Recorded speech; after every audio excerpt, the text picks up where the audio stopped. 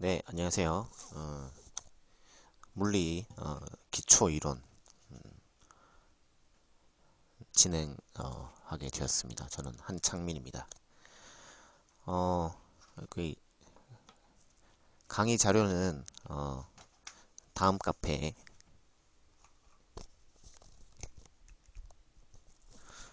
직관물리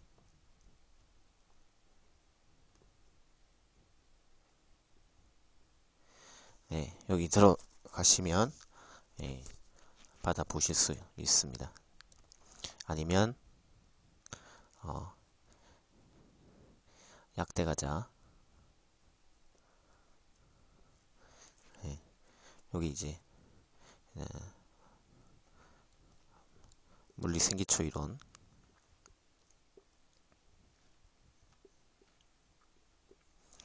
네, 여기서 다운받을 수 있습니다.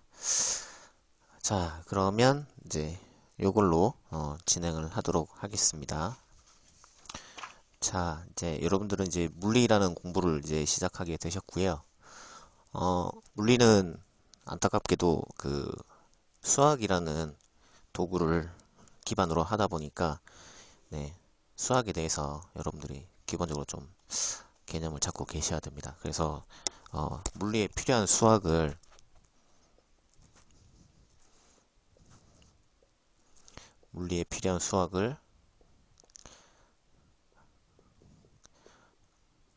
좀 정리를 하고 그리고 이제 본 내용으로 들어가도록 하겠습니다. 자, 첫 번째는 거기 프린팅을 보시면 됩니다. 비례 반비례 개념인데요. 사실은 그 물리라고 하는 게 이제 계산 문제도 많이 나오지만 대소 비교 문제도 되게 많이 나옵니다. 계산은 그냥 단순히 공식에다가 수치를 대입을 하는 게 계산 문제고요. 대소 비교는 공식에서 비례나 또는 반비례를 찾아서 답을 고르는 그런 문제입니다. 자, 그래서 우리 비례 반비례에 대해서 좀 정리를 확인을 한번 해보도록 하겠습니다. 자, 첫 번째 1차함수라고 되어 있고요. 자, 1차함수는 우리가 중학교 수학 시간에 나오는 건데 y 콜 ax 또는 y 콜 ax 플러스 b 이렇게 되어 있고요. 이거를 x, y 축에다가 그리면은 이제 요거 같은 경우는 이제 원점을 지나는 이제 요런 직선이 나오고요. 그다음 요거 같은 경우는 원점이 아닌 다른 지점을 지나는 직선이 나옵니다. 요런 거를 이제 우리는 1차 함수라고 하고요. 이때 우리는 수학에서 이 xy가 비례 관계에 있다라고 합니다. 이때 단 xy는 비례 관계에 있다라고 그럽니다. 무슨 뜻이냐면 처음에 이게 1, 2였다면 그 다음에 얘가 만약에 2가 되면 얘는 이제 4가 되죠. 즉 x가 점점 증가함에 따라서 y도 같이 증가한다. 이런 관계를 우리는 비례라고 하는데 보통 언제 많이 나오냐면 F는 MA에서 많이 나옵니다. F는 force, 힘이고요. M은 mass, 질량입니다. 질량, 덩어리란 뜻이고 A는 acceleration, 가속도죠. 자, 이때 요거를 어떻게 볼 수 있냐면 y equal ax 이렇게 볼 수 있고요. 이때 a는 기울기를 뜻합니다. 그래서 만약에 a라는 숫자가 크면 아시다시피 이제 그래프가 되게 가파르게 이렇게 나옵니다. 근데 이제 보통 이 기울기가 이렇게 직선으로 나올 때는 보통 이거를 일정하다라고 하기도 하고요. 또는 얘를 상수다라고도 부르기도 합니다. 네, 이걸 좀 기억을 해두시고 자, 그러고 나서 이제 y하고 x는 비례관계에 있다. x가 커지면 y도 같이 커진다라고 합니다. 그럼 F는 MA도 마찬가지인데요. 이건 뜻이 질량이 M인 그 물체에게 힘을 주면 그 녀석은 가속도가 생긴다. 이런 뜻이고요. 이때 보통 물체의 질량은 변하지 않기 때문에 이 부분은 이제 상수라고 볼 수 있고요. 또는 일정하다라고 볼 수 있어요. 그러면 이제 이 순간 이 녀석의 이제 어떤 수학적인 특징은 뭐가 되냐면 y = ax라는 1차 함수 또는 이제 비례 또는 정비례 관계가 됩니다. 그래서 예를 들면 이제 시험 문제 제일 많이 나오는 게 이런 거죠. 만약에 F가 2배가 되면, 힘을 2배로 주면 물체의 각도는 몇 배가 됩니까? 예, 정답은 이제 2배다. 뭐 이렇게 쓰게 되죠. 요런 게 이제 정비례 관계라고 볼 수 있고요. 또는 이제 전자기 파트로 넘어가시면은 이제 V는 IR 뭐 이런 이제 옴의 법칙이라는 공식도 있고, 요거는 이제 볼티지 전압이고요. 요거는 커런트 전류고요. 요거는 레지스턴스 저항이고 이렇게 됩니다. 무슨 말이냐? 예를 들어서 이제 어떤 저항이라는 게 요렇게 있다고 합시다. 이때 이제 여기에 흐르는 전류를 I라고 하고요. 그다음에 여기 양쪽에 걸리는 전압을 V라고 합시다. 보통 이제 이 저항은 잘 변하지 않습니다. 그래서 얘는 이제 상수다 또는 일정하다라고 얘기를 합니다. 그러면 얘는 수학적인 형태가 y = ax라는 1차 함수 형태가 되고요. 그리고 yx가 비례관계에 있는 또는 정비례관계에 있는 의미를 지니게 됩니다. 자, 그래서 이제 이렇게 되면은 물리적으로는 전압이 커지면 전류가 많이 흐른다. 뭐 이런 의미가 되죠. 그래서 시험에 많이 나오는 게 전압이 3배가 되면 전류는 몇 배가 됩니까? 라는 건데 역시나 3배가 됩니다. 라고 해주시면 됩니다. 이런 게 1차 함수면서 비례관계에 있다라는 거고요. 자, 그러면은 여러분들이 공부를 하면서 꼭 그 챙겨야 될 개념은 뭐냐면 3번 비례 형태의 함수가 되는데 그거는 좀 이따가 다시 하기로 하고요. 자, 2번을 보시겠습니다. 2번. 필기는 그 강의를 보시면서 거기 제가 빈칸을 만들어 놨기 때문에 거기다가 적절하게 여러분들이 채워 넣으시면 됩니다. 자, 2번 분수함수. 네, 분수함수는요. 보통 y = x분의 뭐 a 이렇게 많이 쓰고요. 요게 이제 수학적으로는 y, x 이렇게 그려집니다. 이건 무슨 뜻이 되냐면 x가 1이고 y가 10일 때 x가 2가 되면 y는 5로 폭락한다. 뭐 이렇게 이제 표현을 하고요. 또는 x가 커지면 y는 작아진다라고 하기도 하고요. 또는 y는 x에 반비례한다라고 쓰고요. 반비례한다. 보통 이제 이런 식으로 많이 씁니다. 자, 이런 거를 이제 분수함수다라고 하고요. 이건 언제 많이 쓰냐면 역시나 F = MA에서 많이 씁니다. 자, 여기에서요. A는 M분의 F 뭐 이렇게 쓰고요. 자, 이제 얘랑 이제 수학적으로 이제 좀 비교를 해야 될 것 같은데요. 예를 들어서 이제 질량이 M이 물체가 있는데 이 녀석한테 F라는 힘을 일정하게 준다고 합시다. 그러면 이제 이 F는 뭐라고 볼 수 있냐면은 일정하다라고 봐도 되고 또는 상수다라고 봐도 됩니다. 자, 그러면서 질문이 뭐가 나오냐면 자, 이때 질량을 물체의 질량 매스를 2배를 증가시키면 가속도는 몇 배가 됩니까? 이제 이렇게 물어보는 거죠. 그러면 이건 수학적으로 분수함수 관계에 있습니다. 즉 A하고 M은 반비례 관계에 있다는 거죠. 또는 M이 2배가 되면 A는 2분의 1배가 된다. 이런 관계가 있다는 거예요. 이런 게 이제 반비례 관계가 됩니다. 그래서 이제 보통 이제 물리 문제에서 많이 나오는 게 이런 형태이기 때문에 그래서 여러분들이 아셔야 될 거는 어떤 수학식이 나왔을 때 이게 요네들 사이에 비례냐 반비례냐 이거를 이제 좀 빨리빨리 구분을 하는 건데요. 그런 의미에서 시험에 자주 나오는 비례 반비례 형태를 지금부터 정리를 좀 해드리겠습니다.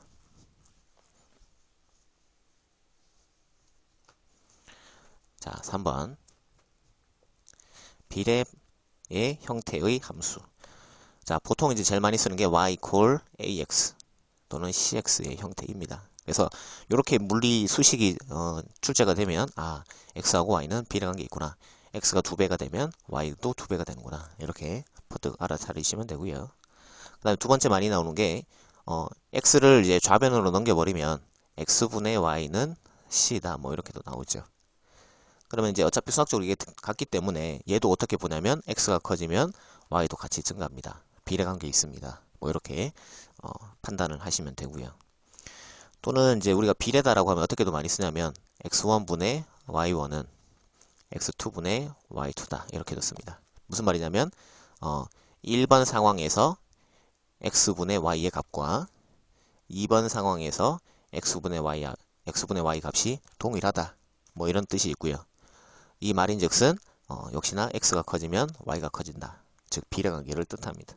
그래서 이렇게 표현하더라도 이거 비례구나 아셔야 되는데 그 물리에서 이런 형태가 있느냐? 예, 굴절의 법칙이라고 해서요.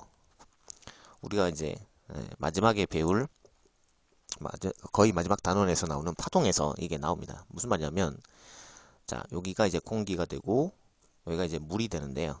물이라고 했을 때 빛이 이렇게 오다 보면 이 물과 공기의 그 경계면을 지나면서 이렇게 약간 그 굴절이 일어나게 됩니다. 그래서 빛이 이렇게 잘 오다가 이렇게 옆으로 경로가 꺾이는 소위 말하는 굴절이 일어나게 되는데 이때 여기서 속도를 v1, 여기서 빛의 속도를 v2, 그 다음에 여기서 그 빛의 파장을 람다1, 여기서 빛의 파장을 람다2라고 합시다.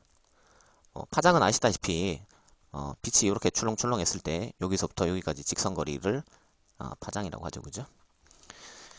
자, 이때 굴절이 일어났을 때 어떤 물리적인 관계가 성립하냐면 v2분의 람다2는 v1분의 람다1 이런 관계가 성립합니다. 이게 이제 굴절의 법칙이고요. 수학적인 형태를 보면 얘랑 얘는 같아요. 그죠? 즉 무슨 말이냐? v가 커지면 람다가 커지고요. 또는 v가 작아지면 람다가 작아진다. 뭐 이렇게 해석을 하시면 돼요. 즉 무슨 말이냐? 보통 빛이 이제 물 속에 들어오면 속력이 감소하게 됩니다. 속력이 줄어들게 돼요. 그러면 파장도 같이 짧아지게 된다. 뭐 이런 식으로 해석을 한다는 거예요. 그래서 시험에 엄청 자주 나오는 거기 때문에 좀 알고 계시면 될 것 같고요. 그 다음에 또 이제 비례 형태의 수식은 뭐가 있냐면 y1 대 y2는 x1 대 x2다. 뭐 이것도 이제 비례가 될 수 있고 아니면은 이제 이렇게 쓸 수도 있어요. 아니면은 y2분의 y1은 x2분의 x1이다. 뭐 이렇게 쓸 수도 있어요. 그래서 이제 굴절의 법칙을 만약에 쓴다고 하면 뭐 v2분의 v1은 람다2분의 람다1이다. 뭐 이렇게 쓸 수도 있어요. 조금 헷갈리실 것 같은데요. 그냥 이렇게 보시면 돼요. 여기 2분의 1, 2분의 1 이런 식으로 규칙성이 있으면 이제 비례고요. 또는 왼쪽에 2분의 2, 1분의 1 이렇게 있으면 이제 전부 다 비례다. 뭐 이렇게 알고 계시면 될 것 같아요.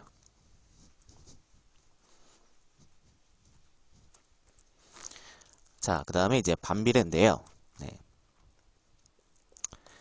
자, 반비례는 y 콜 x분의 c라고 쓰면 이제 이거는 이제 반비례다라고 봅니다. x하고 y 사이에 반비례 관계 있다. 또는 이제 x를 넘겨서 x, y는 일정하다. 뭐 이렇게 쓰기도 하고요. 그 다음에 뭐 x1, y1은 x2, y2다. 이렇게 써도 x랑 y는 반비례다. 이렇게 보고요. 또는 x2분의 x1은 y2분의 y1이라고 쓰면 이거는 이제 x, y가 비례 관계가 되고요. 반비례는 이제 요 숫자가 뒤집어집니다. 그리고 x1 대 x2는 y1 대 y2다. 이렇게 쓰면 비례고요.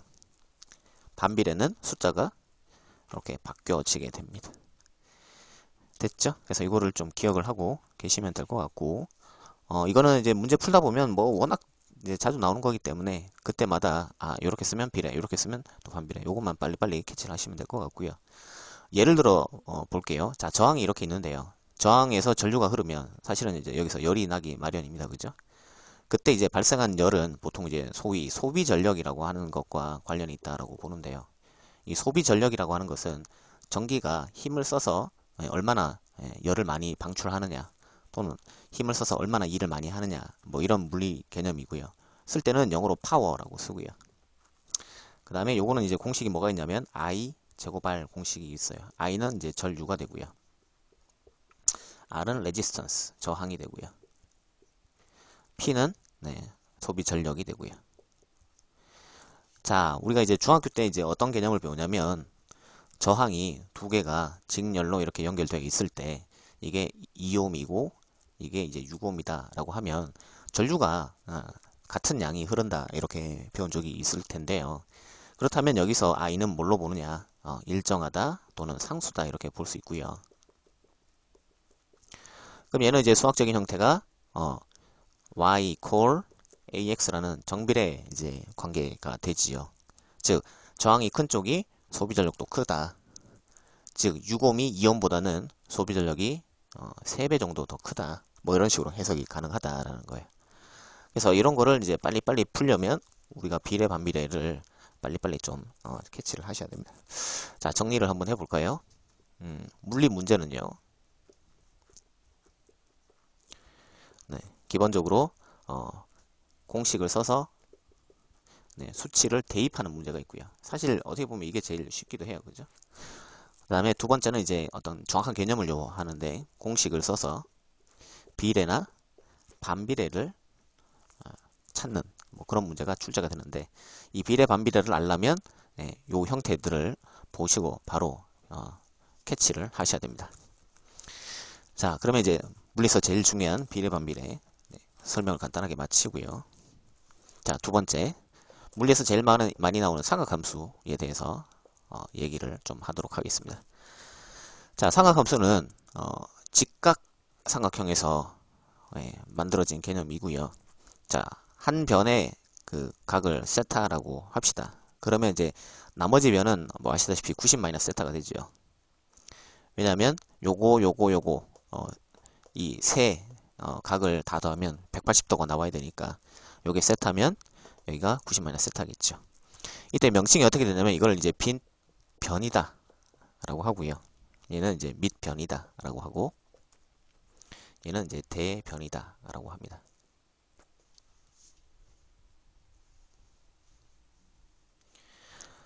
자, 또는 직각삼각형에서 여기를 세타라고 잡게 되면 여기는 빗변이다. 요거는 대변이다. 얘는 밑변이다. 뭐 이렇게도 얘기를 합니다. 네, 요거 구분하는 거는 이제 이렇게 비스듬하게 있으면 이제 전부 다 빗변이 되고요. 그 다음에 이제 이 세타 기준으로 봤을 때 세타 옆에 있으면 밑변이 돼요. 세타 옆에 있으면 밑변이라고 부르고 그 다음에 세타를 마주보고 있으면 마주볼 대자를 써서 대변이라고 씁니다. 이 큰 대자 쓰는 건 아니에요. 자, 그 다음에 얘도 마찬가지예요. 세타를 마주보니까 마주할 대자 써서 대변 이렇게 봅니다. 자, 여기서 삼각함수라는 게 있는데요. 사인 세타라는 삼각함수도 있고요. 코사인 세타라는 삼각함수도 있고 탄젠트 세타라는 삼각함수도 있습니다. 자, 사인 세타는 원래 정의가 빗변분의 대변 뭐 이렇게 됩니다. 그다음 코사인 세타는 빗변분의 밑변 뭐 이렇게 되고요. 네. 탄젠트는 밑변분의 대변 이렇게 되고요. 그래서 뭐 고등학교 졸업한 지 워낙 오래 되셨으니까 수학과가 아닌 이상은 이제 삼각함수를 거의 다 잊어버리셨을 것 같은데 요건 좀 외워두시면 좋을 것 같고 보통 외우는 요령은 사인은 이제 보통 여기다가 S, 코사인은 여기다가 C, 탄젠트는 여기다가 T를 많이 써서요. 그래서 사인은 빗변분의 대변, 코사인은 빗변분의 밑변, 그 다음에 탄젠트는 밑변분의 대변 뭐 이렇게 많이 외웁니다. 그렇게 좀 외워두시고 자, 여기서 이제 물리에서 정작 써먹는 거는 사인 코사인이 아니라 대변의 길이가 얼마예요 라는 겁니다. 이게 이제 사실 물리에서 나오는 건데 자, 빗변을 옆으로 넘겨주면 빗변 곱하기 사인 세타 이렇게 되죠.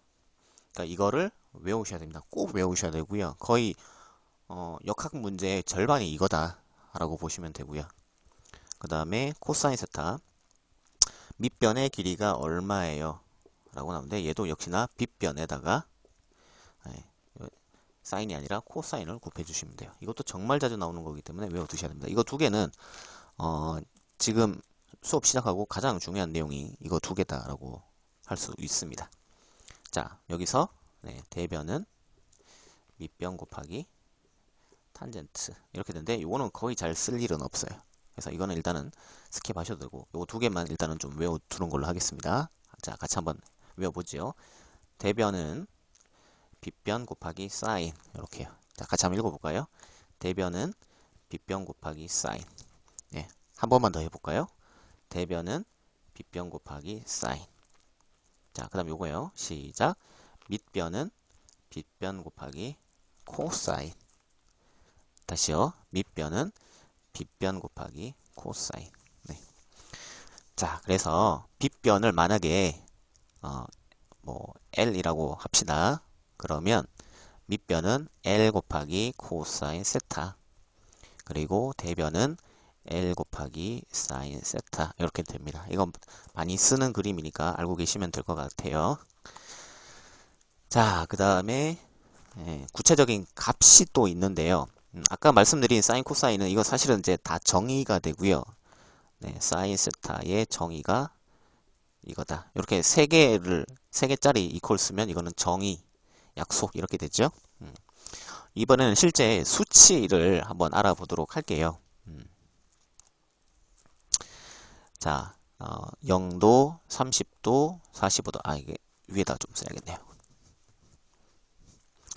자, 0도, 30도, 45도, 60도, 90도.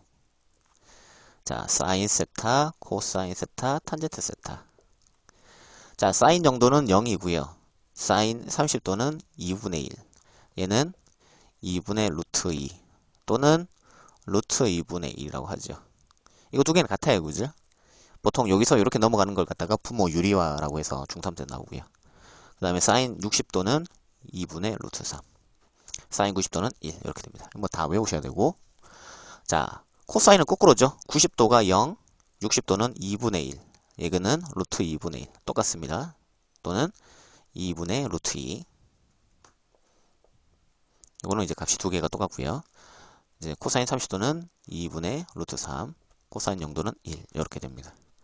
그래서 이제 나중에 뭐 이중 슬릿이라든가 또는 이제 단진동 파트 가면 수학적으로 뭘 쓸 거냐면 사인은 세타가 감소하면 그 사인 자체의 값이 같이 감소합니다. 그래서 사인 세타는 세타가 굉장히 작을 때 뭐 한 0.1도 정도 될 때 그때는 사인 세타의 값 자체가 세타랑 거의 비슷하다 이렇게 봅니다. 자, 예를 들면 이런 거예요. 우리 보통 이제 여기 쓸 때는 그 각도 30도, 40도를 쓰지 않고 엄밀히 따지면 이제 라디안이라는 거를 쓰잖아요. 그죠? 예를 들어서 사인 30도다라고 하면은 라디안으로 6분의 파이 정도 되고요. 네. 요게 값이 대충 값이 사인 30은 2분의 1이잖아요. 자, 그러면은 이 6분의 파이라는 값하고 2분의 1은 사실은 이제 차이가 꽤 많이 나기 때문에 사인 6분의 파이는 거의 근사적으로 6분의 파이랑 비슷하다. 이런 식으로 표현을 절대 쓰지 않습니다. 6분의 파이가 지금 6분의 이제 3.14인데요. 뭐 대충 이제 0.5 2분의 1하고 값이 비슷하긴 한데 그래도 오차가 꽤 많이 나기 때문에 이렇게 쓰진 않습니다. 대신에 요게 6분의 파이가 아니라 60분의 파이다. 그러면 이제 뭐 0.1도 뭐 정도밖에 안 될 겁니다. 이렇게 되면 계산기 두들겨 보면은 이게 60분의 파이 실제 값하고 이제 사인 요 값 두 개가 거의 비슷하게 나와요. 그래서 사인 세타는요. 세타가 굉장히 작은 조건 하에서는 그냥 세타라고 바로 쓸 수 있다라는 걸 그런 이제 극한 개념을 많이 씁니다. 그래서 요거는 좀 알고 계시면 될 것 같고 그 다음에 탄젠트는 얘도 좀 외우셔야 될 것 같네요. 탄젠트는 이제 0도일 때 0, 30도는 루트 3분의 1 또는 3분의 루트 3, 45도는 1, 그 다음에 얘는 루트 3, 얘는 무한대 이렇게 되죠. 그래서 탄젠트도 각도가 작아지면 값이 0으로 수렴하기 때문에 세타 자체가 굉장히 작은 범위 하에서는 사인 값이요 탄젠트랑 거의 비쌉니다. 또는 세타랑 값이 거의 비쌉니다. 그래서 요거는 언제 쓰냐면 이중 슬릿 무늬 간격 무늬 간격 델타 x는 d분의 l 람다 이거 유도할 때 이제 이걸 쓸 거예요. 그래서 그때 가서 제가 요 말씀드리면 알아 끄덕끄덕 해주시기만 하면 됩니다. 오케이. 자, 그 다음에 그 다음 페이지 보면 이제 미분적분이 있는데 미분적분에 대해서 또 간단하게 정리를 한번 해볼게요. 자, 3번 미분. 미분이 뭐냐? 미분은 사실은 이제 1차 함수나 2차 함수의 기울기다 이렇게 보시는 게 정확합니다. 자, 예를 들어서 이제 x, y 있고 1차 함수가 이렇게 있고 이게 1, 2 이게 2, 4 뭐 이렇게 됐다고 합시다. 자, 이때 기울기가 얼마예요? 라고 물어보면 x의 증가량 분의 y의 증가량 이렇게 됩니다. 우리가 이제 요거는 이제 델타라고 쓰고요. 보통 명칭은 이제 변화량 또는 증가량 이렇게 많이 씁니다. 즉 이제 x의 증가량 분의 y의 증가량인데 x의 증가량이 1이죠. 그럼 여기다가 1 쓰시면 되고요. y의 증가량은 2이기 때문에 2 쓰시면 되고요. 그래서 이 그래프는 기울기가 2다 이렇게 많이 표현을 합니다. 자, 그런데 이걸 수학에서는 보통 어떻게 많이 쓰냐면 그냥 델타 y 오케이. 자, 이 기울기는 보통 띄엄띄엄한 두 지점 사이에 기울기를 찾을 때는 이제 이렇게 많이 쓰는데 우리가 어떻게 할 수 있냐면 요 이제 델타 y하고 델타 x 이 간격을 굉장히 작게 줄일 수가 있어요. 그러면은 이 기울기가 멀리 떨어져 있는 두 지점 사이의 그 기울기가 아니라 굉장히 가깝게 붙어 있는 두 지점 사이의 기울기로 개념을 다시 바꿀 수가 있거든요. 자, 무슨 말인고 하니 우리가 일반적으로 기울기다라고 하면 멀리 떨어진 두 지점 사이에 직선을 그었을 때 이 직선의 기울기가 얼마냐 할 때 이제 요 개념을 많이 써요. 그러다 보니 이렇게 2차 함수 형태일 때도 요 점과 요 점에서 기울기가 얼마예요? 라고 물어보면 직선을 그은 다음에 x의 증가량 분의 y의 증가량 델타 x 분의 델타 y 이렇게 많이 쓰는데 우리가 또 궁금한 건 뭐냐면 A, B가 거의 붙어 있을 때 가까운 두 지점일 때의 기울기를 찾고 싶을 때는 어떻게 쓰느냐 이때는 델타 x분의 델타 y라고 하는 게 이게 값이 너무 작잖아요. 그때 기울기는요 델타라고 쓰지 않고 D라고 씁니다. D는 미소 한자로 미소 극히 작은 양이다. 미자도 작다란 뜻이고 소자는 작은 소자입니다. 우리 보통 뭐 미립자다 할 때도 쓰는 말입니다. 그래서 이제 요거는 극히 작은 x의 변화 그래서 미소 x 또는 미소 변화라고 쓰고요. 그래서 여기는 dx 여기는 델타 y 대신에 dy 뭐 이렇게 많이 씁니다. 그래서 이렇게 쓰는 기울기하고 이렇게 쓰는 기울기는 뭐 크게 따지면은 둘 다 기울기긴 한데요. 의미가 약간 뉘앙스가 다른 게 이거는 멀리 떨어져 있는 두 지점 사이에 직선의 기울기고요. 요거는 바로 붙어 있는 두 지점 사이에 직선의 기울기다. 뭐 이렇게 됩니다. 그래서 예를 들어서 이렇게 2차 함수 형태의 그래프가 있을 때 여기 두 지점 사이에 기울기가 얼마예요? 라고 물어보면 직선을 긋고 그 다음에 x의 증가량, y의 증가량, 델타 x, 델타 y 해서 이제 요 값을 뭐 2면 2 뭐 이렇게 구하면 되는데 그게 아니라 바로 붙어 있는 두 지점 사이에 기울기가 얼마예요? 라고 물어보면 아주 작게 dx 그 다음에 아주 작게 dy 해서 이제 요렇게 씁니다. 그러면은 아무래도 여기서 이렇게 직선 그었을 때 값보다는 요렇게 여기서 이렇게 직선을 그었을 때 이 값이 조금 작게 나오겠죠. 그럼 얘는 아마 제 생각에는 한 1.3 정도밖에 나오지 않을 것 같아요. 그래서 출제자가 멀리 떨어져 있는 두 지점 사이에 기울기를 물어보냐 가까운 두 지점 사이에 기울기를 물어보냐 그거를 이제 좀 판단하실 필요가 있고요. 그 다음에 참고로 이제 가까운 두 지점을 지나는 이 직선을 우리 보통 뭐라고 하냐면은 접선이라고 합니다. 요거 자체를 우리는 보통 접선이다 라고 많이 얘기를 해요. 참고로 접선이라고 하고요. 그래서 이제 요 기울기는 사실은 별명이 뭐냐 접선의 기울기다. 요게 이제 별명입니다. 좀 알고 계시면 좋을 것 같아요. 그래서 델타 x분의 델타 y다 라고 하면은 이제 멀리 떨어져 있는 두 지점의 이 직선을 연결한 기울기고요. dx분의 dy다 라고 하면은 여기 두 지점을 연결한 살짝 지나가는 이 접선의 기울기가 dx분의 dy다. 이렇게 알고 계시면 될 것 같아요. 자, 됐습니다. 그러면 실제로 이거는 언제 쓰느냐? 속력이나 속도 뭐 그런 얘기 할 때 많이 쓰는데요. 자, 우리 뭐 다 아는 얘기인데 속력이다 라고 하면 시간분의 거리다 이렇게 많이 하고요. 그 다음에 읽을 때는 이제 단위 시간당 이동 거리다 뭐 이렇게 읽기도 하고요.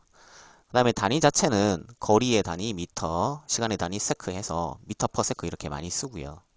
그렇다 보니까 여기다가 이제 1이라는 숫자, 예를 들어서 여기다가 이제 2라는 숫자, 10이라는 숫자를 집어넣으면 남는 거는 약분해서 1이라는 숫자, 5라는 숫자가 남기 때문에 이거를 1초당 이동한 거리 이렇게 보기도 합니다. 제일 많이 나오는 용어가 단위 시간당 거리 또는 1초당 거리 뭐 이렇게 얘기를 한다는 거 알고 계시면 되고요. 뭐 이런 거는 뭐 뒤에 가면 뭐 워낙 이제 많이 나오기 때문에 좀 알고 계시면 좋을 것 같은데 예를 들어서 뭐 가속도를 한번 해볼까요? 가속도.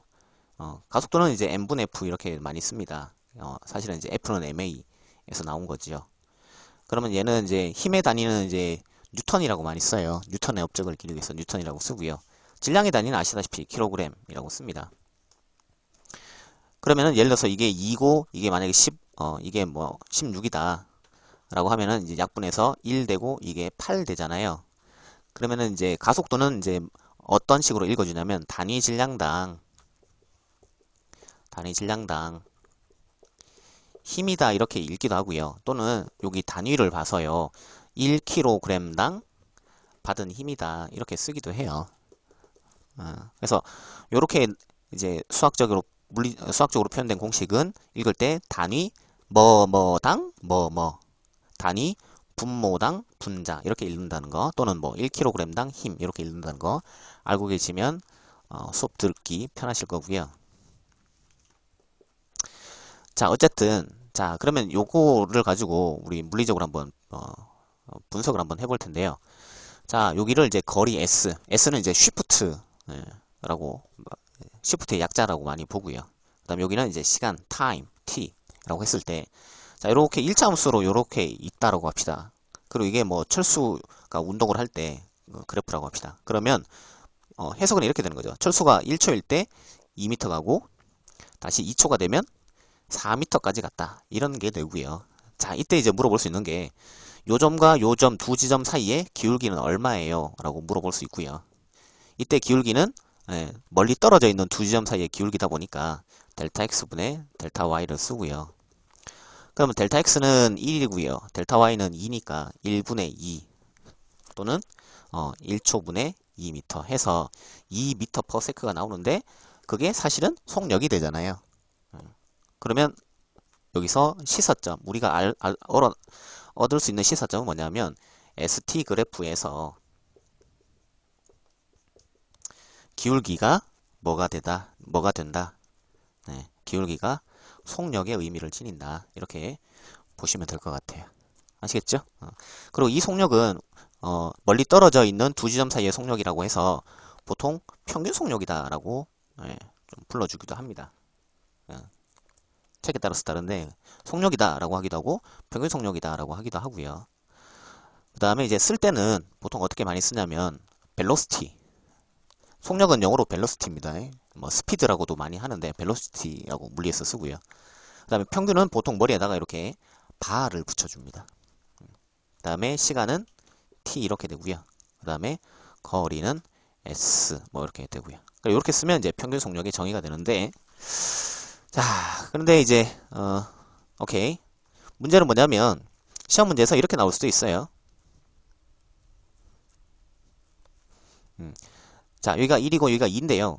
멀리 떨어진 지점이 아니라 바로 옆에 떨어진 지점 바로 옆에 떨어진 지점인 경우에는 기울기가 얼마예요? 이렇게 물어볼 수도 있어요.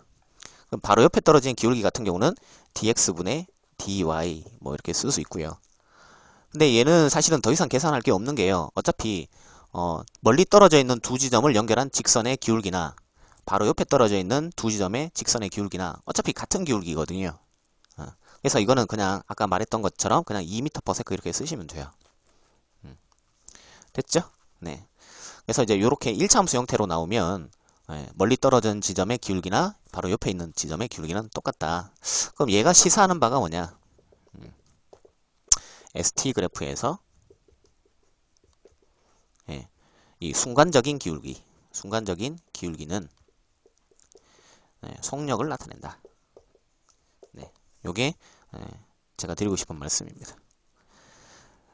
이때 이제 속력은 굉장히 이제 짧은 그 시간 동안에 이루어졌기 때문에 보통 순간 속력이다라고 불러줍니다. 아까하고는 이제 약간 네, 의미가 다르죠. 아까는 예, 굉장히 멀리 떨어져 있는 두 지점 사이에 대해서 기울기 구한 거기 때문에 평균 속력이라고 불렀고, 지금은 바로 옆에 붙어 있는 두 지점 사이에 기울기를 구한 거기 때문에 순간이란 말을 반드시 붙여준다, 이렇게 보시면 되고요. 자, 그 다음에 요게 또 다시 어떤 식으로 시험에서 나오느냐.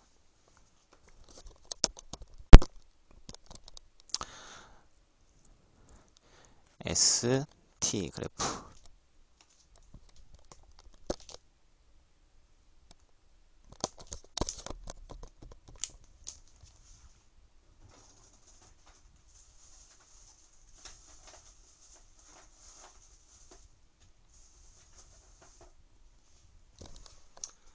네. 자, ST 그래프가 만약에 이렇게 2차 함수 형태, 곡선의 형태일 때 시험 문제 가끔 나오는데요. 요거를 한번 풀어보도록 할게요. 자, 요렇게, 그 다음에 여기가 2, 아니, 여기가 10, 여기가 12, 그 다음에 여기가 7, 여기가 얼마일까요? 뭐 15? 뭐 이렇게 합시다. 자, 그러면 두 지점 사이에 기울기는 얼마예요? 이렇게 물어볼 수 있어요. 그러면 두 지점 사이에 직선을 이렇게 한번 그어주시고, 그 다음에 여기서 x의 증가량분의 y의 증가량 이렇게 쓰시면 되고요. 요거는 이제 멀리 떨어진 지점이니까 델타를 붙여서 델타 x분의 델타 y 이렇게 쓰시면 되고요. 자, 델타 x는 요거는 2초가 되죠. 그럼 2초라고 쓰시면 되고요. 델타 y는 8m 이렇게 되네요. 그럼 얘는 이제 4m/s 이렇게 됩니다. 그럼 무슨 말이에요? ST 그래프에서 기울기는 뭐가 됩니까? 속력이 됩니다. 근데 멀리 떨어진 지점이니까 뭐라고 할까요? 네, 평균 속력이다. 뭐 이렇게 얘기를 하는 거죠. 오케이, 됐고요. 자, 이번에는 이제 뭘 주냐면은 여기를 스쳐 지나가는 접선에 대한 정보를 줬어요. 예를 들어서 여기가 뭐 6이다. 뭐 이렇게 줬다고 합시다. 자, 그렇다면 여기와 요 지점과 바로 근처에 떨어져 있는 요 두 지점 사이의 기울기는 얼마예요? 라고도 물어보면 어차피 두 지점을 연결한 그 선을 뭐라고 하냐면 접선이라고 한단 말이에요. 그래서 이거는 이제 접선의 기울기다 이렇게 쓸 수 있고요.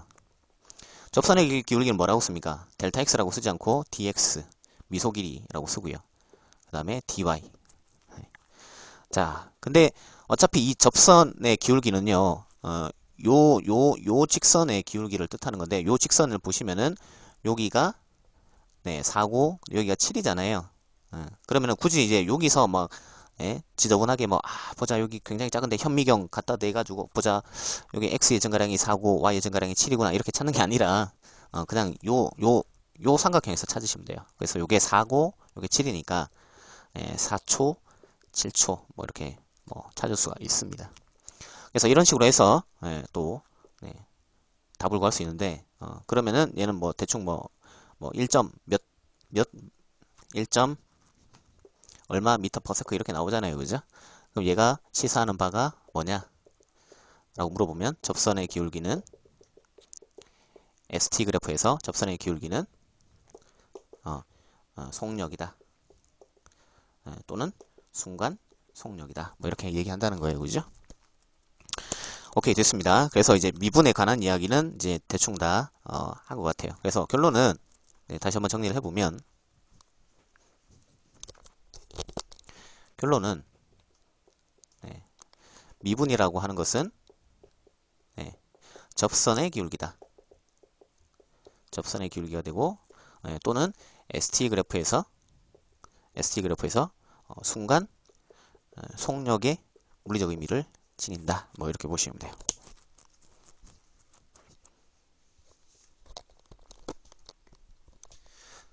자, 그리고 여기서 이제 팁을 하나 알려드릴게요.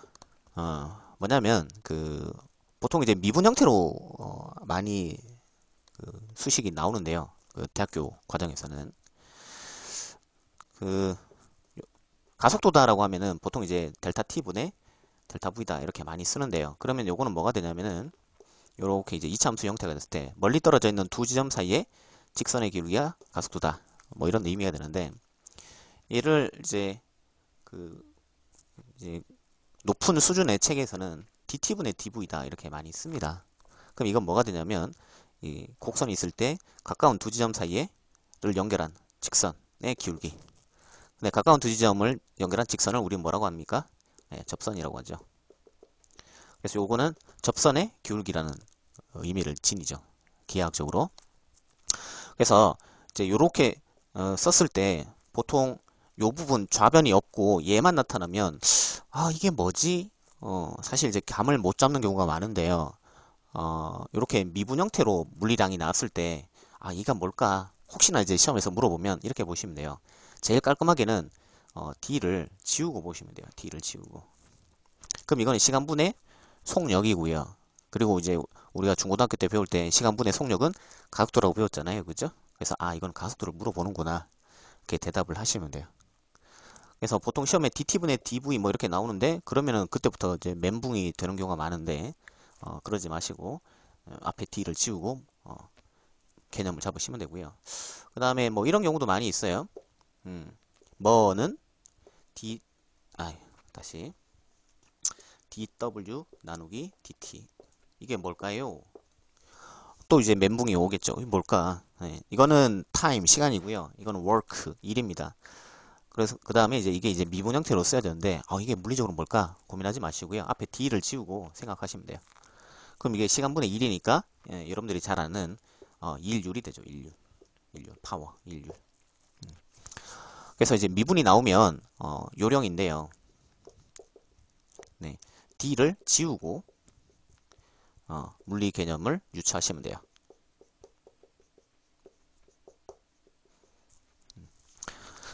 오케이 됐습니다. 그래서 기울기 자, 두 가지로 볼 수 있는데요. 수학에서는 접선의 기울기입니다.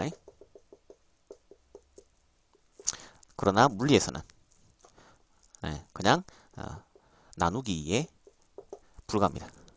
아시겠죠? 좋습니다. 이게 미분이었고요. 그 다음 페이지 보시면 이제 적분이라고 되어 있는데 미분의 반대는 적분이다. 뭐 숱하게 배웠습니다. 그죠? 미분의 반대는 적분이다.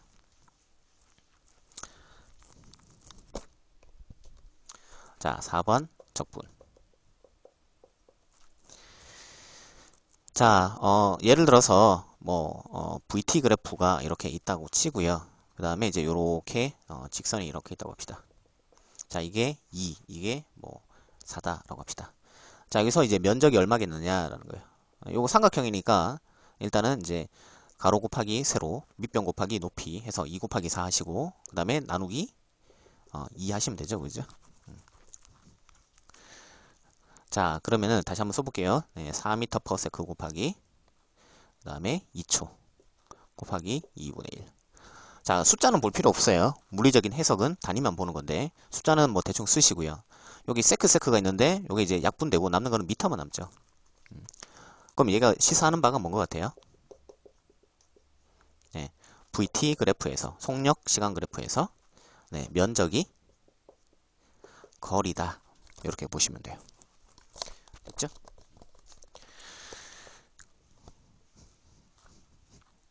자, 이쯤 되면 아까 했던 거랑 또 헷갈리기 시작하죠? 아까 했던 거는 ST 그래프에서 기울기가 ds 오버 dt. 네, 이게 뭐가 되냐면 순간 속도가 되죠. 자, 그 다음에 이제 얘네 둘 사이의 관계는 이제 너무나 명확한데요. 자, 여기서 순간 속도는 시간분의 거리다. 뭐 대충 이렇게 쓸 수 있고요. 뭐 델타 같은 거 쓰지 말고 그냥 대충 써봅시다. 그럼 여기서 뭐가 되냐면 s는 vt다. 뭐 이렇게 되는 거예요. 그럼 여기서 보세요. v에다가 t를 곱한 게 뭐예요? 면적이 됐잖아요. 그러니까 이거는 사실은 면적의 의미가 있어요. 면적. 얘는요. 기울기의 의미가 있고. 그럼 제가 무슨 의도로 이런 얘기를 하고 있는지 감이 오실 것 같은데 나누기로 쓰면 수학에서는 기울기고요. 곱하기로 쓰면 면적이 된다라는 거예요. 수학에서는. 그렇게 알고 계시면 되고요. 그 다음에 여기다가 미분기호를 붙이면 얘는 이제 순간이란 말이 붙고요. 자, 얘는 어떻게 쓸 수 있냐면 인테그랄 그 다음에 dt 이렇게 쓸 수 있고요. 네, 요거를 우리는 적분이라고 그럽니다. 적분. 그럼 결론은 뭐겠습니까? 이런 적분 형태로 그 개념이 출제가 되면 겁먹을 필요 없고요. 인테그랄 지워주시고요. d 지워주시면 그냥 단순히 속력 곱하기 시간밖에 안 돼요. 즉 적분은 수학에서는 면적이라는 의미를 지니지만 물리에서는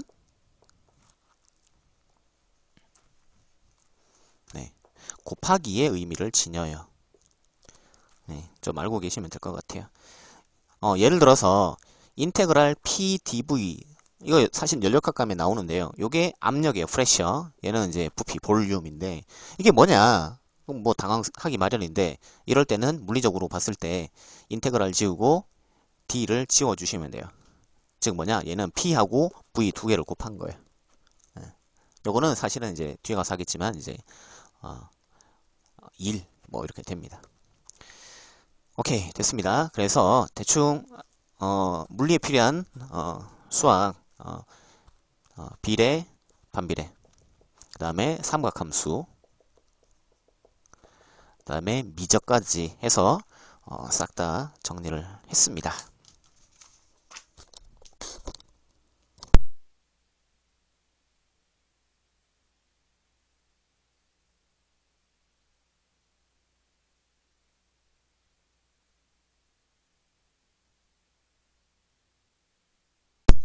자, 그러면 시간이 지금 이제 시작한 지 46분 정도 됐고요. 그 다음에 이제 뒤에 6페이지부터 보시면은 이제 단위 차원도 있고 벡터가 있는데 요거는 지금 또 달아서 하면은 또 한참 걸릴 것 같으니까 잠깐 10분 정도 쉬었다가 계속하는 걸로 하겠습니다.